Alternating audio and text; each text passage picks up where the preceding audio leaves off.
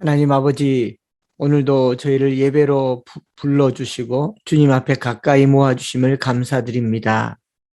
곳곳마다 출입구마다 방역과 소독으로 스스로를 깨끗하게 하듯이 우리는 예배를 통하여 정결케 되며 그리스도의 보혈로 거룩게 됨을 믿습니다.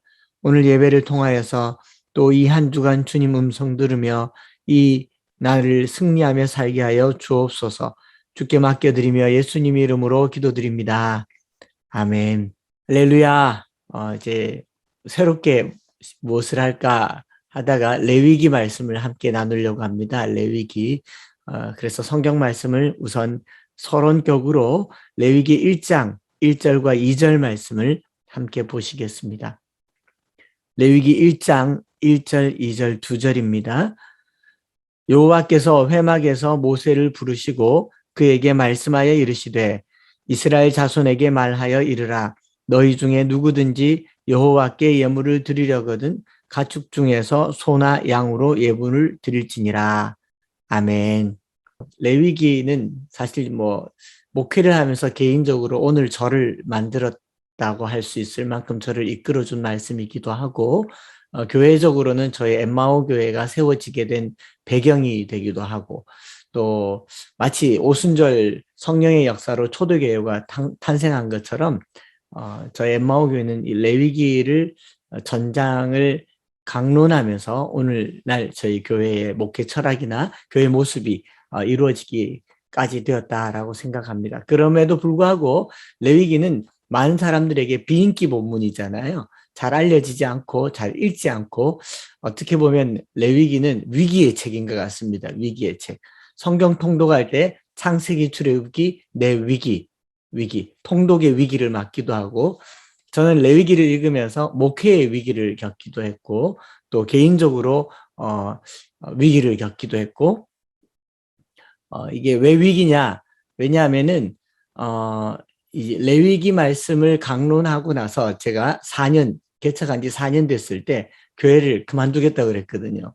목회를 그만하겠다 그랬어요. 너무 내가 할 수 없는 일을 내가 시작했구나. 감당할 수 없는 목회를 했구나라는 걸 알게 해준 말씀이 레위기였습니다. 신약의 사랑장은 고린도전서 13장이라고 할 수 있다면, 레위기는 사실 우리가 율법, 규례, 규칙으로 알고 있지만 레위기는 그 전체가 하나님의 사랑이거든요.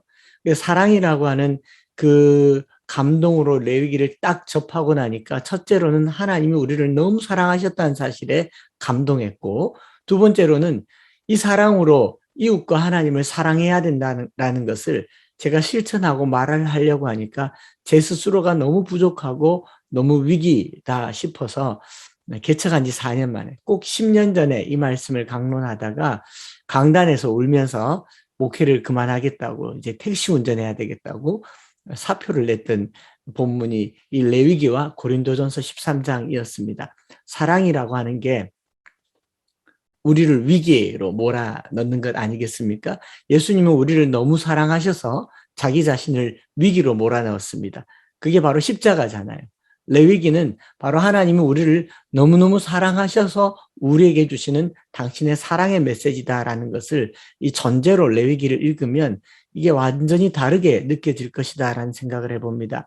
성경의 거룩, 정결, 부정, 속죄 이런 표현들이 레위기의 독특한 어휘들이고 제의적인 어휘들인데, 이것만 가지고 보면 규칙으로 여겨질 것인데, 그 속에 묻어나는 하나님의 사랑을 알지 못하면 이것은 그냥 규칙이고 규례일 뿐입니다. 마치 자녀들이 부모의 사랑을 모를 때는, 부모의 사랑을 깨닫지 못할 때는 부모가 하는 말이 다 잔소리고 규칙이고 율법이잖아요.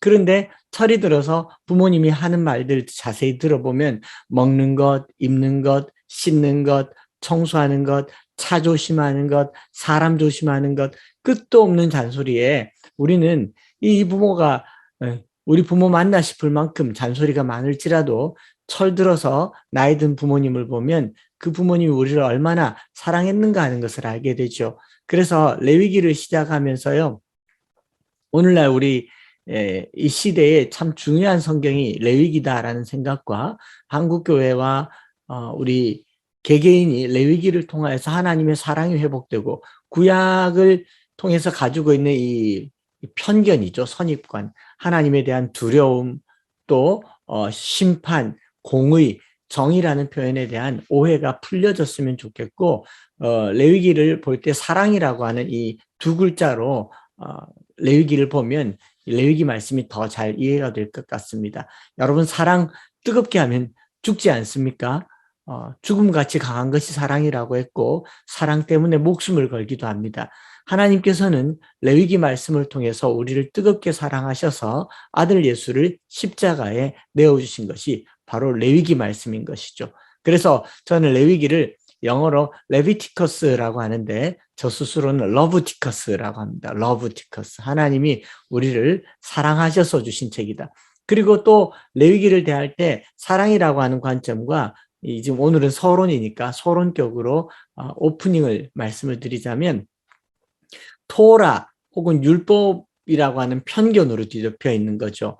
오경의 중앙에 위치해 있는 레위기는 토라의 중심이죠. 그런데 헬라말로 토라라는 말이 나오게 되었을 때 율법서라는 표현을 쓴 것은 노모스, 규칙, 규례라는 말 때문에 the law라고 하는 율법이라는 말로 쓰여져 있지만, 실제로 히브리어 토라는 율법이라는 개념이 아니라 가르침, 교훈, 훈계라는 뜻입니다. 훈계.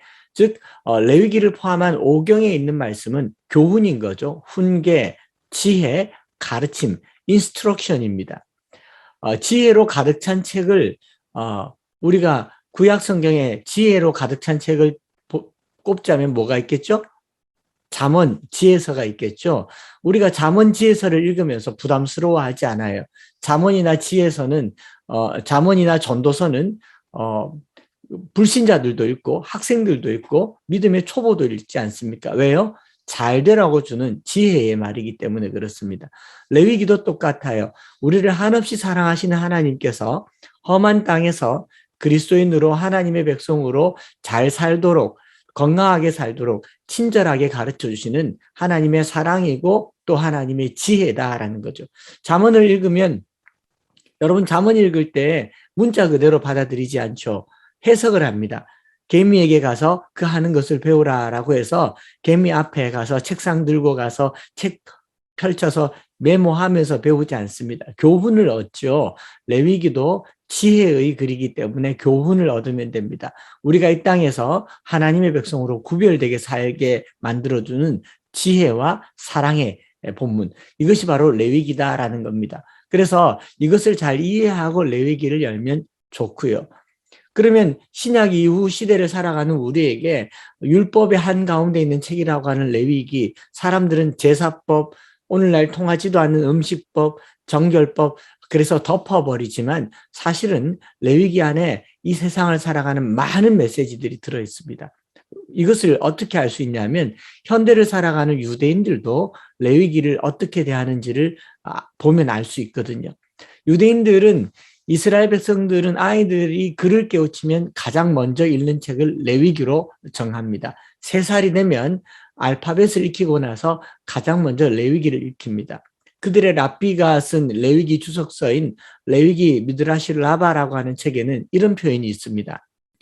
어린아이는 정결하고 제사도 정결하기 때문에 정결한 것을 공부해야 된다. 가장 순결한 때 가장 순결한 책을 읽어야 된다라고 하면서 어린아이 때 그 뜻도 모르고 의미도 모르는데 잠재의식 속에 거룩을 심어주는 거죠. 그러니 3살, 4살, 5살 된 아이들이 정결한 것과 부정한 것과 거룩한 것과 속된 것을 분별하는 것을 잠재의식 속에 넣어두는 거예요. 그러니까 유대인들이 이 결혼이나 성이나 또 세상에 대해서 뛰어난 백성이 될 수 있었다라는 겁니다. 그런 의미에서 레위기는 신약 이후를 살아가는 우리에게 단순히 제사법만 말하고 있는 것은 아닌 것일 것입니다.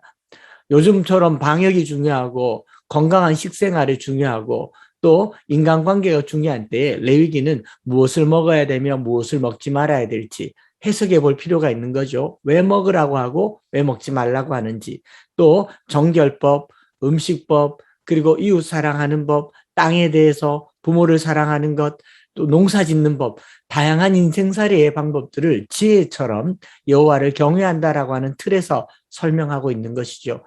그래서 유대인들은 자녀를 양육하면서 레위기를 통해서 자녀들에게 잘 사는 법을 가르치고 이것이 잠언이 말하는 여호와를 경외하는 것이 지혜와 명철이다라는 겁니다.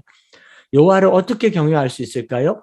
레위기의 가르침을 잘 따르는 것, 이것이 지혜이고 명철이다라는 겁니다. 그를 깨우치면 가장 먼저 읽는 게 레위기라는 것이죠.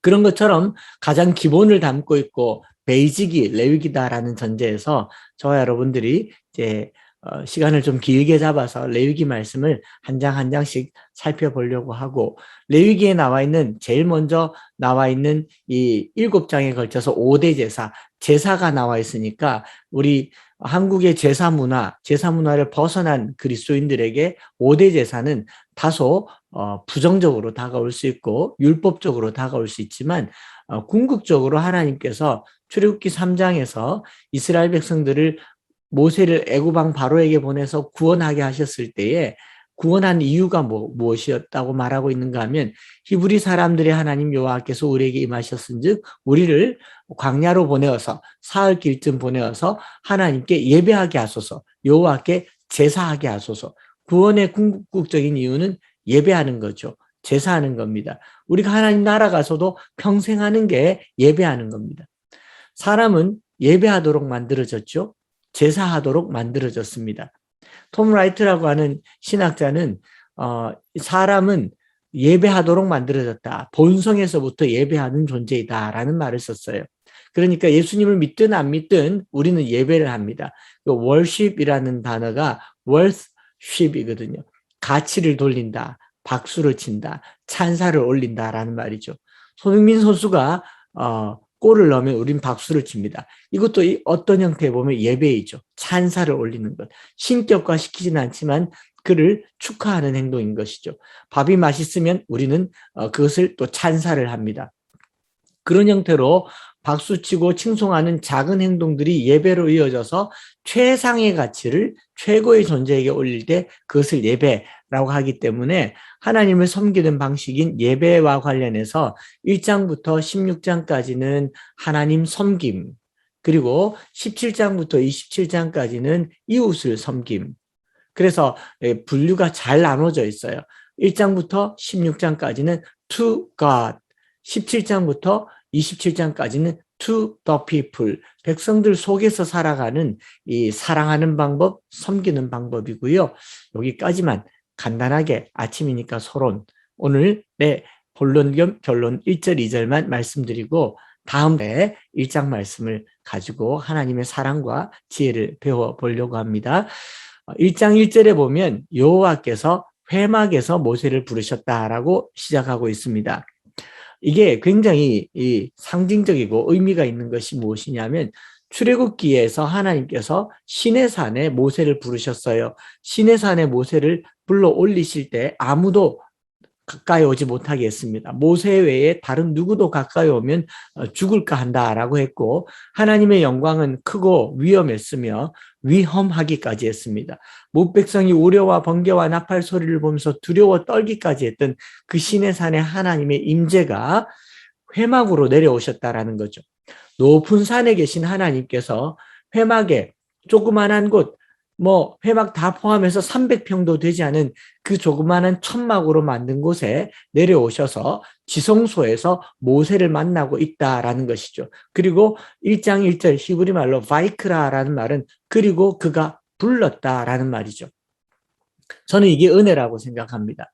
구원은요, 우리가 하나님께 나아가는 것이 아니라 하나님께서 우리에게 오셔서 우리를 부르신 사건입니다. 하나님께서 저 시내산 높은 곳으로 우리를 불러서 또 어떤 공로와 행위로 우리를 구원에 이르도록 하신 것이 아니라, 우리의 삶 한복판에 12지파가 살고 있는 그들의 한복판에 조그마한 회막을 지어서 성막에 계시면서 모세를 불렀다라는 거죠. 이게 은혜인 것이죠. 백성들 한복판으로 가까이 오셔서 백성들과 함께 거하려고 우리를 부르시고, 그 부르셔서 함께 사는 방식으로 제사와 음식과 거룩을 설명하셨다라는 것입니다. 이것이 구약의 성육신 사건입니다. 하나님은 하늘의 하나님이 아니고 삶이 높은 곳의 하나님이 아니고 우리들의 삶의 한복판에 오셔서 우리들의 삶의 지성소로 오셔서 우리와 함께 임마누엘 하시려고 우리 속에 오신 것이죠. 하나님께서 규장 가피불에 이 일터의 한복판에 오셔서 예배 드릴 때마다 거기가 지성소가 되고 거기서 바이크라 그리고 여호와께서 부르셨다라고 부르시면서 여러분 모두를 부르시고 그리고 그것을 구원으로 이끌어 가시는 분이 우리 하나님이신 줄 믿습니다. 멀리서 부르시는 것이 아니라 가까이서 부르시죠. 그러면서 2절에 이스라엘 자손에게 말하여 이르라 너희 중에 누구든지 여호와께 예물을 드리려거든 가축 중에서 소나 양으로 예물을 드릴지니라. 누구든지 예물을 드리라라고 하는데요. 먼저는 가까이 오셨다는 사실과 하나님께서 가까이 오신 우리에게 예물을 드리라라고 하는 이 말, 이 예물이라는 말이 참 또 우리가 기억해야 될 표현인데 히브리 말로 고르반이라고 합니다. 신약 성경에 예수님께서 말씀하셨죠. 고르반. 이 고르반이란 말은 의미적으로 가까이 한다라고 하는 카라브라고 하는 동사에서 파생된 명사입니다. 그러니까 예물이라고 하는 말의 표현은요. 가까이 하려고 뭔가를 들고 올 것 같으면 이라고 표현하신 것이죠. 저기 하늘에 계신 하나님께서 우리 삶에 가까이 오셔서 내가 이만큼 가까이 왔으니까 너희도 이제 내게 가까이 와라 라고 하면서 가까이 오려거든 뭘 들고 와라 라고 얘기하는 거죠. 이 예물이라고 하는 것 제가 저희 성도들에게는 이렇게 말을 했습니다. 대가를 바라고 들고 가는 것은 뇌물이고요. 친하려고 들고 가는 것은 예물입니다. 하나님하고 친밀하게 지내려고 하나님께 뭔가를 들고 가는 거죠. 하나님을 가까이 하는 마음의 표현을 나타내는 방식으로 범주를 정해주시는 거예요. 다음에 1장을 이제 풀어서 말씀을 나눌 텐데 소나 양이나 염소나 그것도 안 되면 비둘기 그것도 안 되면 이 밀가루와 같은 곡식가루로 이 형편에 맞게 각자의 형편에 맞게 하는데 그것을 가깝게 하는 표현으로 할 수 있도록 범주를 다양하게 만들어준 것이죠. 하나님께서 조금 소심하셔가지고 전부 다 소를 가지고 와라 해도 시원찮은데 형편이 안 되는 사람은 양도 가져와도 괜찮고 송아, 염소도 괜찮고 그거 안 되면 비둘기도 괜찮아 그거 안 되면 밀가루도 괜찮아 라고 하면서 내가 너와 가깝다는 표를 내었으면 좋겠다라고 하는 게 이게 예물이라는 표현이죠. 누구랑 친하게 지내려면 뭔가 자꾸 주고 싶은 그런 게 바로 가까움이라고 하는 것이죠. 신약에서도 고르반이라는 표현을 예수님이 쓰신 이유가 뭐냐면 이건 의무가 아닌 것입니다. 번제, 소제, 화목제로 시작되는 5대 제사의 이 세 번째, 세 가지 앞에 나와 있는 이 제사는요.